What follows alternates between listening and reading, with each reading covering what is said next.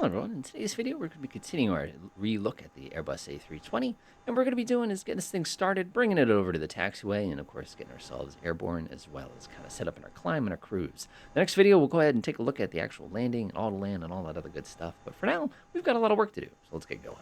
So in the last video we basically kind of went over all the different settings and buttons, and now one thing I did neglect to mention is your lighting are combined in multiple spots. One set of lighting you have for the actual displays is here, your other set of lighting for this particular aircraft is going to be located exactly where the other ones are. It's going to be down here on the side. The reason I bring this up, of course, is because you're going to forget this and you're going to have a silly problem later on. So now we got to get this thing going. A couple different things I like to do. This is a relatively straightforward aircraft. Everything's been programmed. We're basically let's go kind of a thing like that. So let's go kind of a thing like that. Now, what I would like to do first is I'm going to float my head up here. We need to confirm that we are indeed going to be on our APU because that's what we're going to need to actually get this thing started. Starter is available. I'm going to stick my head up here. We have a group of fuel pumps. So I have no fuel in my center tanks today. So I'm actually going to skip those. You can push them on if you want to get some stress. You're going to get a little pressure warning here in a minute. Don't worry about it too much. Notice, by the way, all my hydraulic units are not something I can actually click on here. That's just kind of one of those little details that's kind of nice. If we wanted to adjust the temperature, we could. We need to make sure our bleed is on, because otherwise we have no pressure to start our engine. So what I'm going to do is I'm going to go ahead and flick on the bacon. The reason we're going to flip on the bacon is it's the universal sign to say, hey guys, I'm about to get started, just so you know. So this guy over on my right here, of course, is I'm going to head over to my wing and get ready to get this thing started. Wait and you see how fun this thing is to back out from this spot. I love it. BWI, by the way. So starting this aircraft couldn't be simpler. It is fantastic how simple this aircraft is to start. It's just a matter of basically clicking it to start. So what we're going to do is we're going to stick our head down here, and basically you have these two switches here. These are kind of the fuel switches. So we're going to take the mode, and we're going to set it to ignition/start mode. Now, to get this thing started on a Boeing, what you would have to do is you'd have to actually go above your head and shut off the packs, get rid of the air conditioning. The system is smart enough to know that. By the way, did you see how down on this lower page it automatically knew to bring up my engine settings? Isn't that handy? This thing's great. So I'm going to come down here. I'm going to click that switch.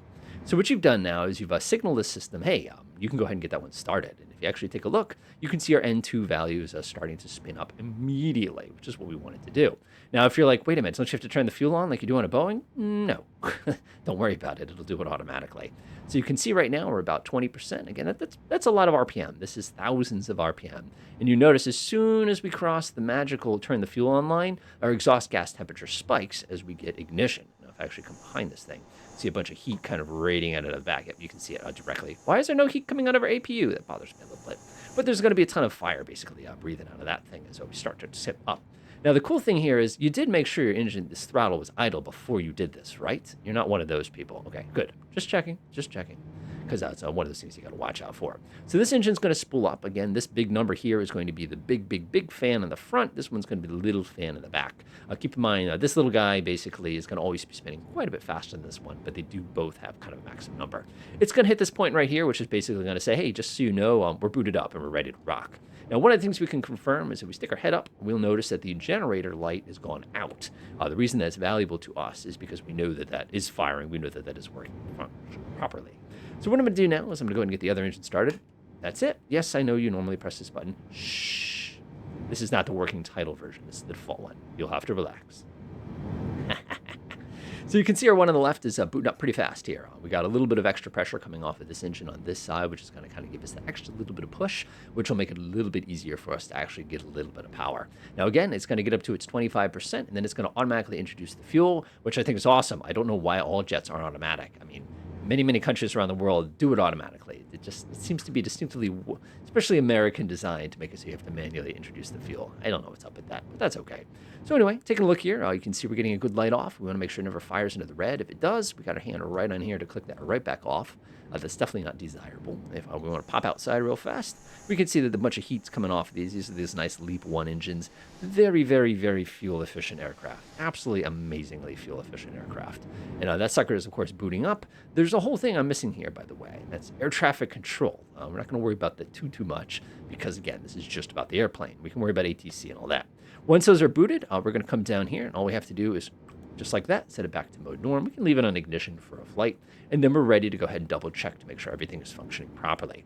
So let's see here. We've got engine's same speed, EGT is good, N2 is good, everything looks good. We can come down to the engine page. One thing we can do if we wanted to real quickly is we can do double check. Unfortunately, a lot of these buttons don't work. We need these buttons. Give me the buttons, man. Well, That's something we're not going to be able to see today. Oh, well, it's going to be good enough for us, though. So we're going to come above our heads. We're going to go ahead and disengage the APU bleed. We're going to go ahead and shut off the APU master switch. When we do this, the little tiny hatch in the back would be closing here, and it would actually go ahead and allow that to start getting some flow. Now, if I look my head above, if you look, none of my lights are on. One of the things I mentioned in the previous video is any light that is on is something that we can go ahead and press to make it go away. So on, you can see everything is perfect for us. And now it's just a couple little kind of cleanup items to go ahead and get the rest of the aircraft ready to go here. So we have some things we need to do, and we'll go ahead and get them ready right now. I'm going to double check to make sure my rudder trim is in a good position, which it is. We're going to go ahead and get our tower going, which it actually is. Auto, fantastic. Look at that. It's like I knew what I was doing today. Coming down here, of course, you get all your frequencies and stuff set up. We have ourselves a lovely little terrain radar on this side. You're really not supposed to turn this thing on until we get a little bit of altitude here. But for some reason, somebody put it down to minus 15 degrees. Are you crazy, man? But what we should be doing is this should be in... let's see, definitely. Why is this? Oh, yeah, of course, because of that particular piece. We can actually flip it to off because it's not supposed to be on right now. We can put map mode on and play with that a little later. That should not appear on the screen, by the way. And if we needed to actually enable that, we could go push that in a minute as well. So that's all set. Let's get our flaps set. Now, pretty easy to set the flaps. Watch this. 1, 2, and that's it. And that's all the flaps that we require for takeoff here. If we go outside, you can see they're starting to kind of fold themselves down. Much easier than worrying about, do I need flaps 18? Do I need flaps 5? Just do 2, and you'll be perfectly fine. This is set, this is set, this is set. Our flight director's already pre-selected. Our QNH is set beautifully. We got real-world weather today, by the way, in case you were curious. That's good, that's good, that's good, that's good. I'm just looking around, confirming everything ready to rock. That looks pretty good to me. We should be coming over here. Auto brake. Of course, you can go ahead and flip this one. We have nose wheel steering ready to go. This is all set to go. In the event that we needed to do any of these options, we have them pretty much set. Brake fan, we don't need to worry about. Landing gear is good. Terrain on ND, we definitely don't want turned on. And we're good to back up. All right. So the reason I chose this parking spot is because I had a nice little pleasure to actually fly out of here a little while ago, and I was remarking, why does this parking spot seem so interesting? It's because there's no way to get out of it normally. If we actually asked this guy to back us up, he would have to back us up all the way out into the street there, which is kind of interesting for us. Now, I'm a massive fan of using my cheap technique where basically I jam on the reversers and back myself out, but that's kind of dangerous. Instead, I'm going to press the Y key. I'm going ground handling. And of course, now we got ourselves all nice and properly established in the correct direction to start making our way over to runway 10. Now, runway 10 for us is a bit of a journey, as you'll see in a few moments here. So on the Boeing, we actually had a great trick where we could zoom in massively and be able to see everything here. Unfortunately, we don't have that quirk on here, so we're kind of on our own in that regard. I know it's a bummer. I know it's a bummer. So this is good to go. We go ahead and have this one set. Of course, we'll pull it upwards. That's going to arm it in the event that something bad happens. And of course, we're going to arm maximum brakes as well in case something bad happens. Everything else, though, is pretty good. We'll give the controls a quick little wiggly wag here and make sure it's working. One of the things we'd normally do, of course, is we'd come down here to flight controls and we'd hit that, and we'd actually look at this display to confirm that everything actually looks okay. That's one of those important things that we would have to do, but like I said, we can't do that, so we'll live with it, kind of a thing like that. I'm not too worried about it. All right, release the parking brake, and we'll get one moving. This thing does not take much to go. You just give it just the tiniest tap, and you're already doing 40. So kind of keep that in mind. Now we're just going to be making our way nice and gently to our destination. Man, this is, I don't know why they decided to put a speed bump on the runway. It seems like a foolish idea in my mind. Whoa, let's go ahead and rotate here. Man, it's like going uphill. What is this, an off-road? Who did I run over? Now, for those of you unfamiliar with this aircraft, of course, you have to remember that you are an airliner, and the wheel that you turn is actually behind where you're sitting. So people are always like, so what's the secret to be able to, not run over the grass or something along those lines? Generally, that's when I would say the word practice. But the key thing that you have to remember is just be late on a turn. And keep these little corners just sort of mindful. So I'll show you what I mean here. So we're going to get to the turn, and we're going to count 1, tap the brake, and we're just going to kick that wheel over. Now, if you look out my window here, do you see how you've got this little bar right here? If you actually look, you'll notice that that bar perfectly lines up to a standard one of those positions here. So as I round this corner and actually point myself in the correct direction one more time, you'll notice that I've actually lined myself up perfectly. Now, the other challenge, of course, is staying centered on the darn thing when you're cruising around on the ground here. Now, the easiest way to do that is if you take a look real quickly at this little screw, assuming you haven't messed with your seating position too much, that screw is perfectly going to be between this screw and these buttons is going to be exactly where that line actually needs to be in order to guarantee that you're kind of doing this part correctly. Now, there's some oncoming traffic here, which I didn't realize I had traffic turned on. So it's good to see you, sir. Good to see you, sir. I'm glad that you're kind of doing your thing there. I wish you had let me know you're coming. And of course, this is where we're going to have to cross over, which is going to be fine. So again, same strategy. I'm going to go a little bit about a second pass. I'm going to go ahead and hit the turn. And again, we're just going to ride that wheel a little bit wider than we think we need to do here. And we're going to take our way down to runway 10 here, which is pretty darn easy. And again, when we get lined up, we just find that little screw in those two buttons, and we just basically put that line right between them. Oh boy, this is downright scandalous here. How you folks doing? So again, if you can keep it right in that spot, you will be perfectly centered at all times. Now, if you're in VR, obviously this is going to be a different experience. The people in VR get another bonus.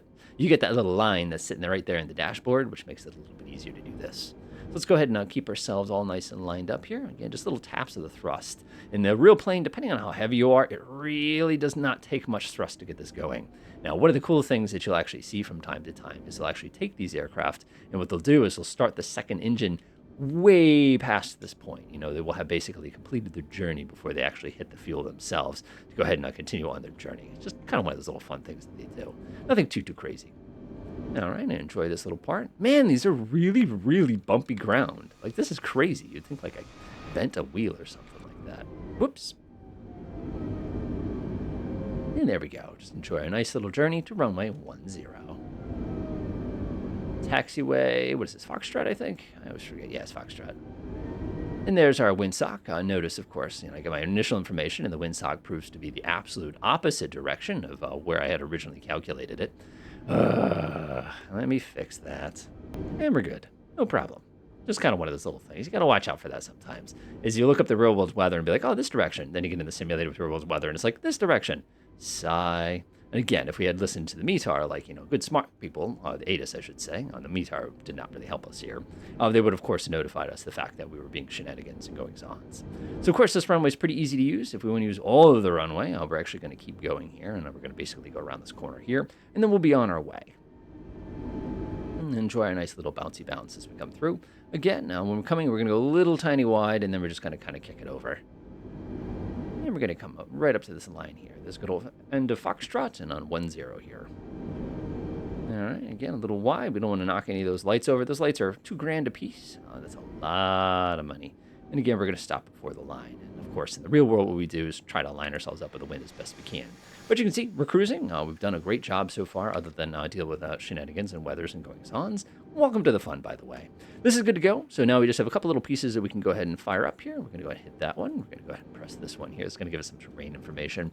Range for me, I like 20 on this side. I like 40 on that side. And again, it's up to you. And notice they're linked, by the way, so you can't separate these, which is kind of a bummer. So I'm kind of stuck with the 20 there.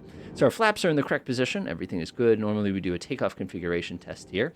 We push this button and it would honk and beep at you and yell at you if you're doing something wrong. Of course, we're doing something wrong because our auto brakes are not enabled. Our lights just need to be engaged at this point. So we're going to come up here and slam those on. It just takes a little tiny minute here. They're going to go ahead and stick themselves out. You can see them popping out the bottom right there. All these other switches are set correctly. I like that. I like to look above my head one more time. Anything looks bad? Nothing looks bad at this time. Come down here. You can see in the crew alert system, there's nothing that we need to worry about as well. Plenty of fuel for our flight. Our flaps are set to position 2. We are ready for takeoff. So I'm going to go ahead and give it a little bit of power here. And we're just going to line ourselves up. There we go. Now this aircraft has a little bit of a quirky takeoff, and I'll show you what I mean when we get there. And again, you can look up my left side, see where the little kind of clip is, and that makes it really, really easy to line up at that line. Give it a little bit more power, and we're just going to continue rounding this corner here. Like I said, this is a little tiny Airbus. This is not one of the big ones, so you don't have to worry too much about it. This thing is absolutely a blast in VR, by the way. I also like the nice 1960s, 70s, and 80s kind of Soviet blue interior here, but, you kind of got what you want. There we go. Go ahead and tap the brakes. So now what we want to do is we want to make sure everything is looking okay here. Give everybody a quick little wiggle. And it looks pretty good to me. I like that. And we're pretty much ready to rock. This thing is good to go. Now, one of the things I was saying is if we come over here, you'll notice there's a bunch of different options here. Again, you can press this, nothing happens. It's not going to do anything for you at this point. Notice there's no VNAV or LNAV or anything like that.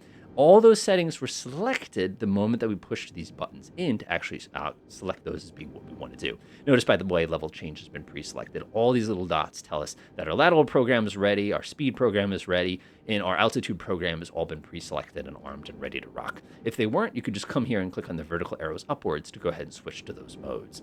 Popping down here, the throttle's a little funky. You'll notice that there's a 0, there's cl, there's flicks, and there's toga. So if we wanted to, we could jam this thing all the way to the forward position and use maximum power. But what we're going to do is actually use flex, which is going to go ahead and give us a little bit of juice. Now, it's kind of a pain in the butt to look up and down at that at the same time. So I'm going to go ahead and hold right Alt, click on this little button right here in the middle, and I'll go ahead and press my desktop so you can see it. That's going to give us a big, pretty display here, which makes it much easier to see what the different engine modes are going to be at the top of the screen during our takeoff roll. So I can grab this, and you can put this anywhere. You can fly with this externally if that's something that you want to do. So let's go ahead and release the parking brake. We're going to smoothly apply power. We're going to start getting a little bit of acceleration. See how it says runway? See how it says man? I'm going to push a little bit more. See how it says toga? That's going to be toga. We're going to make sure it's at flex, which is the current mode that you see marked right here at the top. We're just going to enjoy my little rumble here. Nice and easy. There's my V1 speed. You can see a little number 1 waiting for us. All right, decision made. Rotate. And again, you're just going to give it a little tiny tap. As soon as we get in the air, you're going to slam up the landing gear. We're going to maintain runway heading as we smoothly pitch up. There we go. We're going to hold it right there. This thing has plenty of power. All right, we're going to do our standard little piece. Again, I can actually let go of the controller. There's no need to adjust the trim at this point. That looks pretty good. I'm going to go ahead and I'll let the nose come down.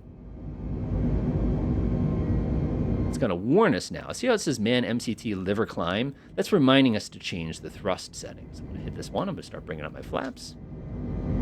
And I'm going to go ahead and pull the throttle back just a little bit until it says climb, which you can see very clearly here.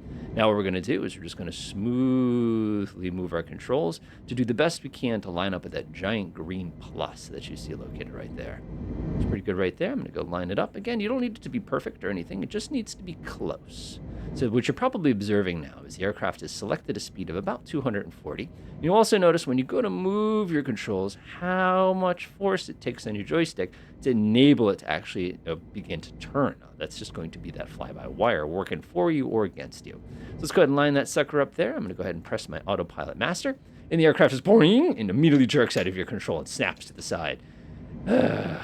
That's just kind of one of those things. So now we're going to go ahead and make sure everything's good to roll. First things first, we're going to confirm that we're going where we need to go. So if I zoom out a little bit here, you can see if I zoom in just a teeny tiny bit more, there's our climb point. Is that going to be a little distance away? There's Modena in the middle of New Jersey, New York kind of a thing. We're lined up with it correctly. The aircraft is now in automatic ILS mode. You can see we can come back and close this now. It's just not necessary.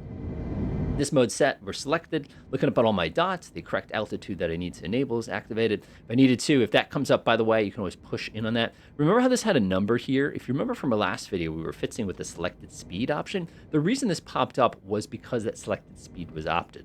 Now, if I actually were to come down here, do you see where it says selected? That's where it got that number from. So you have to remember that when you're using it, that it'll pop itself out once it gets to that point.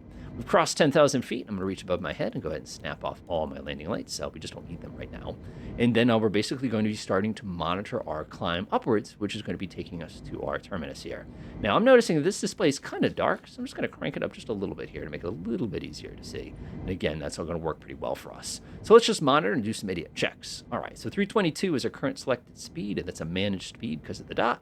We're taking a look here. Our current altitude is coming up on 12,000 feet. We're climbing at 3,500 feet per minute, which again, since we have to nose over a little bit to pick up enough speed to continue our climb.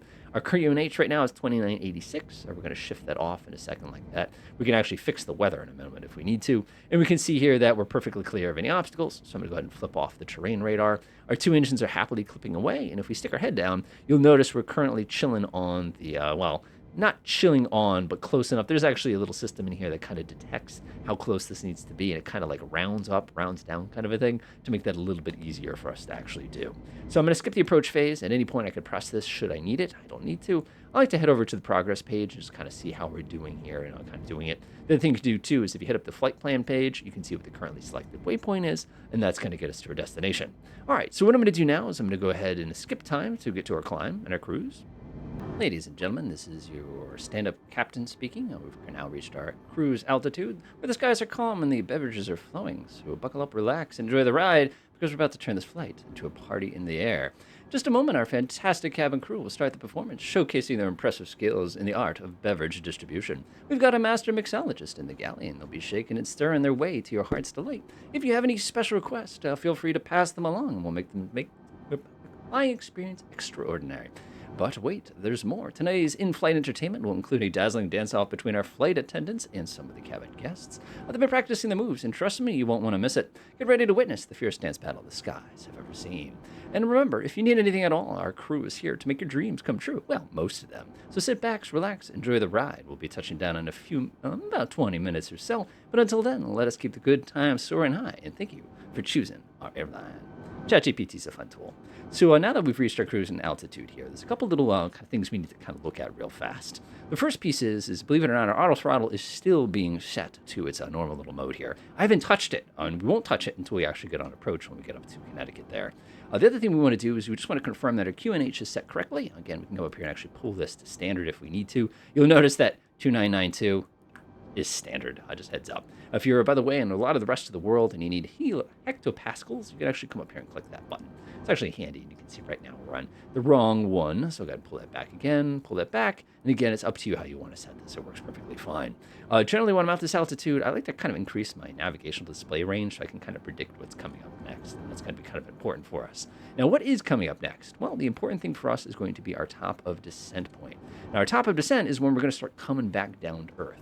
Now, in order for us to actually execute our descent phase, we're actually going to have to select an altitude that is lower than our present altitude, and we're actually going to have to let the system decide when it would like to start kind of pushing its nose over.